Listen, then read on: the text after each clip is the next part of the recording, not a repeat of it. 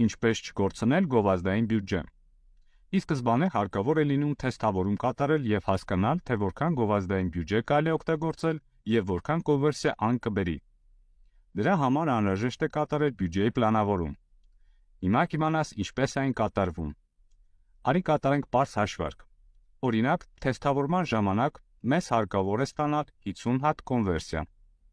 Սոցիալական հարթակներում միջին կոնվերսիայի տոկոսը կազմում է 2%։ Դա կապված է նաև ոլորտի տեսակից։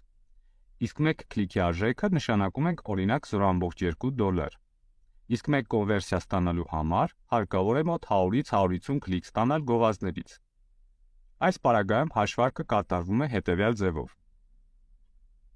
Այս պարզ հաշվարկի միջոցով մենք հասկանում ենք, թե որքան գումար է անհրաժեշտ նախնական թեստավորման համար։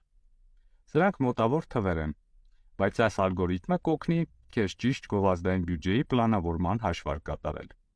Այստեղ թվային մարքեթինգի մասին է, բաժանորդագրվիր։